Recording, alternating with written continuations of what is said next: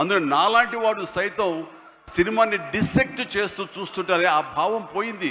సినిమాలు ఇన్వాల్వ్ అయిపోయారన్నమాట. దానికి ప్రధానంగా దీన్ని ఆ ట్రావెల్ చేయడానికి దోహదపడడానికి ఒక గట్స్ కావాలి, ఒక కన్విక్షన్ కావాలి. దానికోసం మన అన్ని రకాలుగా ఈ సినిమాకి న్యాయం చేస్తుంటే కథకుడుగా అవని, డైరెక్టర్గా కానీ బుచ్చిబాబు 100% న్యాయం చేశాడు.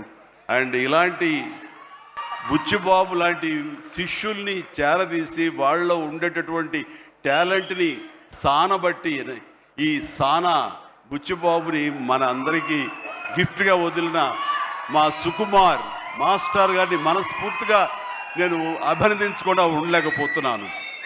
నిజంగా ఇలాంటి మట్టిలో మాణిక్యాల్ని వెలికి తీసేటువంటి ఒక దార్శనికుడు, ఒక ఫ్యూచర్లో ఇలాంటి వాళ్ళు ఇండస్ట్రీకి రావాలి అంటూ అలాంటి వాళ్ళకి అవకాశం కల్పించేటువంటి సుకుమార్ని నేను ఈ సందర్భంగా మనస్ఫూర్తిగా నేను అభినందించాల్సింది ఉంది. Thank you Sukumar. అలాంటి శిష్యులు మాకు అప్పగా ఇండస్ట్రీకి అవసరం.